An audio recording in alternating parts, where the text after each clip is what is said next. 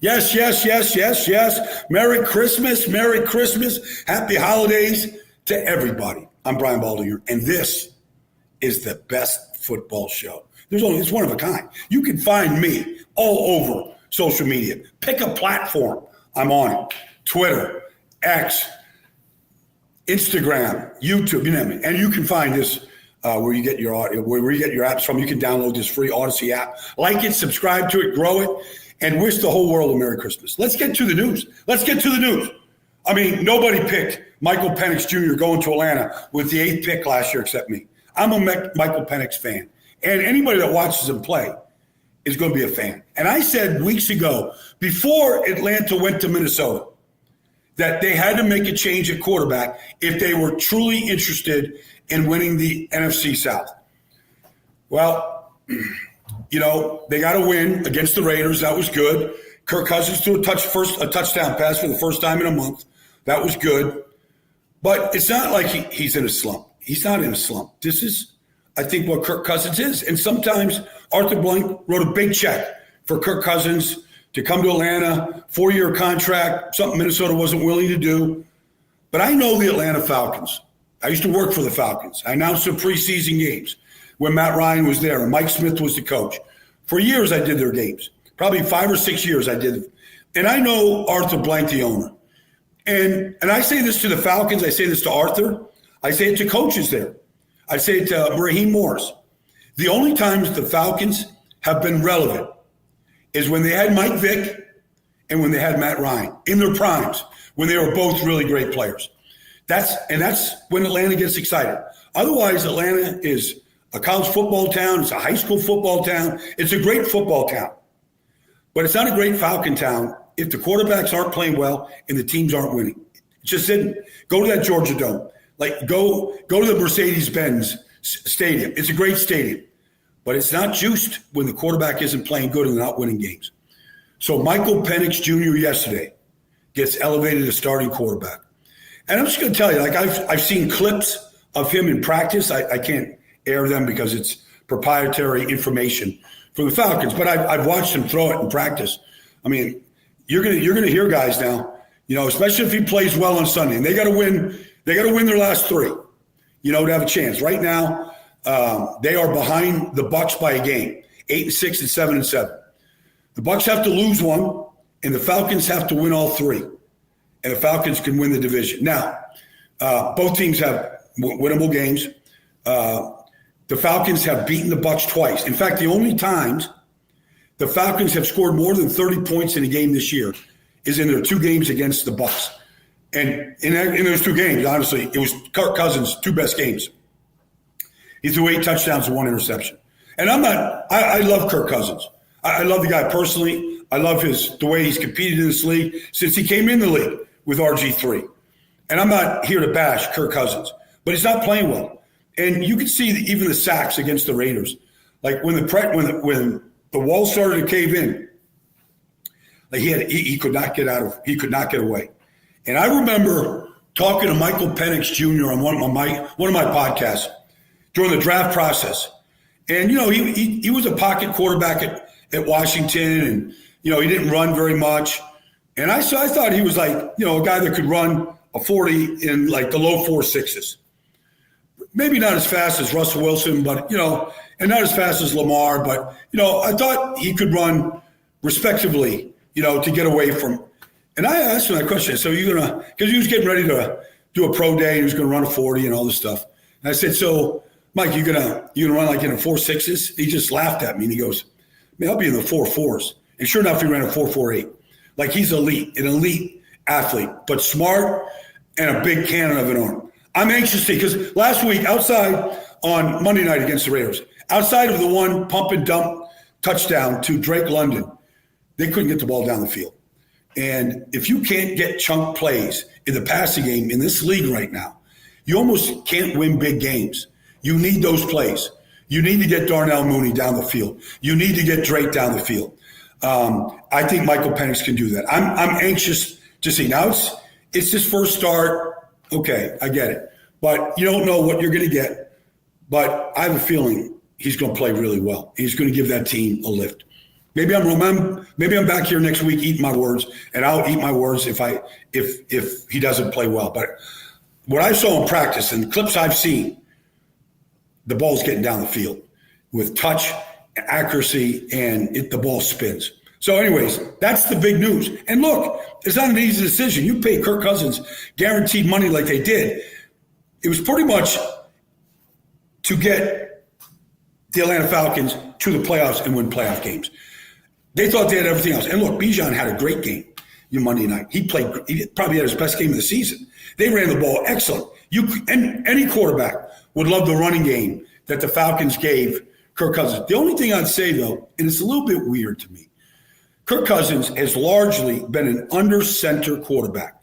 At least a good, not more than 50%, but a good chunk to be able to get play-action passes and get the ball down the field. They are largely a shotgun-driven team. Maybe that's good for Michael. We'll see. He's left-handed. Maybe he wants to see the blitzes and all that stuff. We'll see. But I didn't think that was the great fit for Kirk Cousins. All right, let's stay in the NFC South, because I saw the Tampa Bay Buccaneers on Sunday, and the way that they're running the football. Here's the thing, and I was telling this to people in Philadelphia, because Philadelphia's their fans are saying, okay, where are the challenges coming from in the playoffs? Detroit, Minnesota for sure. Green Bay, they played them week one in Brazil. It was a heck of a game, but. Nobody was saying any other team. I'm like, you can't count the Bucs out. The Bucs beat the Eagles this year. In fact, they destroyed them. Now, things have changed. Eagles had a bye week after they beat them week 4. They kind of revitalized the offense and run first, play action. Defense really came on, made some changes on defense. Like they're a much improved team from week 4. So I'm not saying that. But, the Bucs beat them in the playoffs last year. They beat them Jalen Hurts' first year in the playoffs. They've had their number. And I think that if they would meet in the playoffs, I feel like Todd Bowles feels like there's things he can do from a pressure standpoint that would bother Jalen Hurts. The other thing is, I know they had a ton of injuries in the secondary, Jamel Dean, Antoine Winfield, and they're all wiped out. Winfield's out now. But if you go to a Buck practice, and you look at their corners, they look like forwards in basketball. I mean, Jamel Dean and Zion McCollum are big guys. When they went and beat Detroit this year, and think about it, they beat Detroit. They beat Philadelphia. They went to LA and beat the Chargers. They've got some good resume wins. So a couple things. One, they've got corners that can match up in Philadelphia or match up against anybody. When they want to blitz and they want to go man, they could do that. They're going to get some of their healthier edge guys back. Joe Troyenka, played last week. He's back. But, Yaya Diaby's been in and out. He'll be back. So, and then you're looking at the emergence of the rookie Jalen McMillan. There was a big buzz of Jalen coming out of training camp in Tampa this year. Big buzz.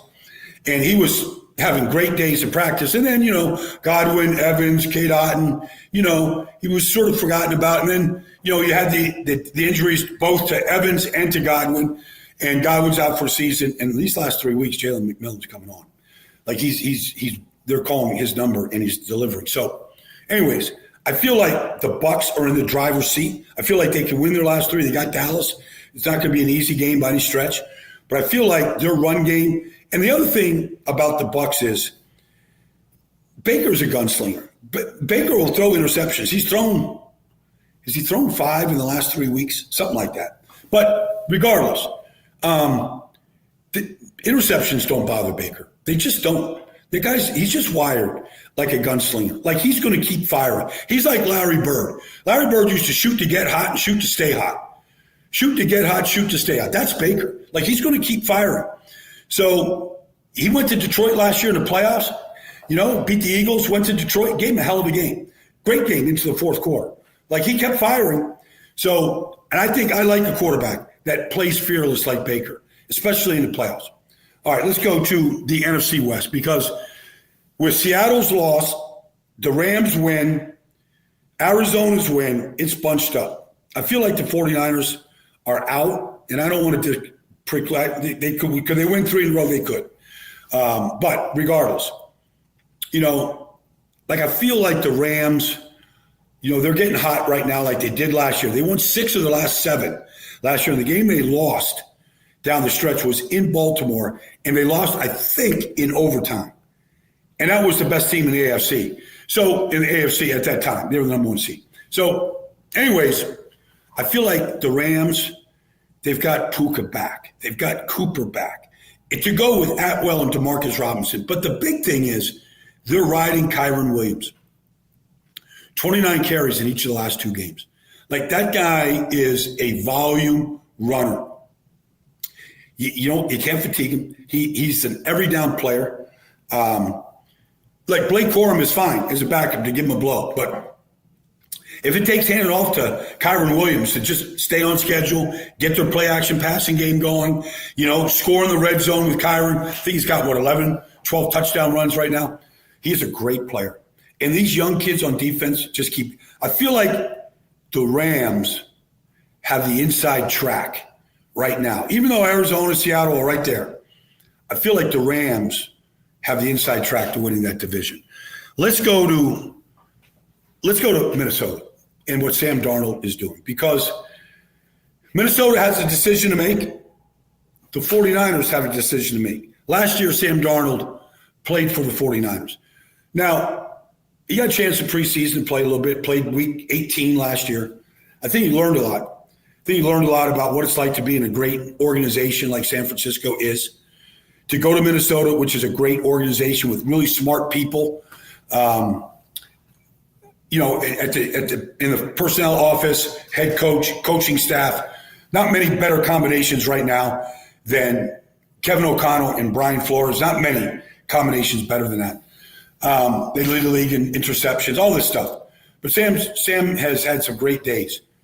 And really, Minnesota doesn't have to make any decision right now. There's no pressure to make a decision. Let's put a contract in front of Sam right now. They don't have to do that. They've got McCarthy coming back from injury. They've got options. He was the number 1 pick for a reason. They've got options. But really what they get to do is play this all the way out. So I'm just playing, backroom general manager. I'm the biggest fan there is of San Francisco's quarterback. And I have defended him repeatedly for 3.5 years. And you can't watch Brock Purdy and not be impressed. Now, he has not played great this year. Now, pieces are falling on, around him. They're falling down. But every quarterback suffers. Look at Jalen Hurts this year when they lost A.J. Brown and Devontae Smith. Like, every quarterback falls when they lose their stars, okay? I don't care who it is. Everybody needs a supporting cast. Every quarterback needs the best possible ingredients around. The Vikings lose a great left tackle for the season. They trade for Cam Robinson. That you need to constantly build around the quarterback. But they have a decision to make. Jed York, John Lynch, it might take $60 million a year to get Brock Purdy. It's a big price. And you're not sure. Like, he had a shoulder injury this year. He had, the elbow injury 2 years ago in a playoff game. And he's not the biggest guy. So the only thing I'm saying is Sam Darnold is going to be in demand, period.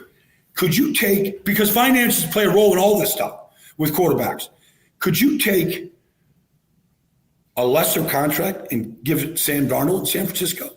Or pick a spot that needs a quarterback right now. It could be Carolina. It could be New Orleans. You go around the league. There's places that need quarterbacks, right? The Jets, the Giants might both need quarterbacks. Like, Sam Darnold is going to be in demand. And maybe that demand drives his price up. But if you're in San Francisco and you say, can you take a cheaper, less expensive, and I don't know if that's the case or not, Sam Darnold versus, top of the tier Brock Purdy, it's a conversation. I'm not advocating either one. I'm just saying Minnesota doesn't have to make a decision until the season's over. And, maybe at that point, things become a little bit more clear about what direction San Francisco wants to go and the opportunities for Sam Darnold. But it's a conversation. It's a conversation that you should have in San Francisco that Minnesota will have. And if Sam finishes and they, number 1 seed, win playoff games, go deep with Sam, it might be a no-brainer what they do. So anyways, that's been the Best Football Show. I will be back on Friday breaking down Thursday night football and looking into week 16 in the National Football League. And to everybody out there, Merry Christmas, Happy New Year, and Happy Holidays to everybody that watches and pays attention and follows, which I know you are, the Best Football Show.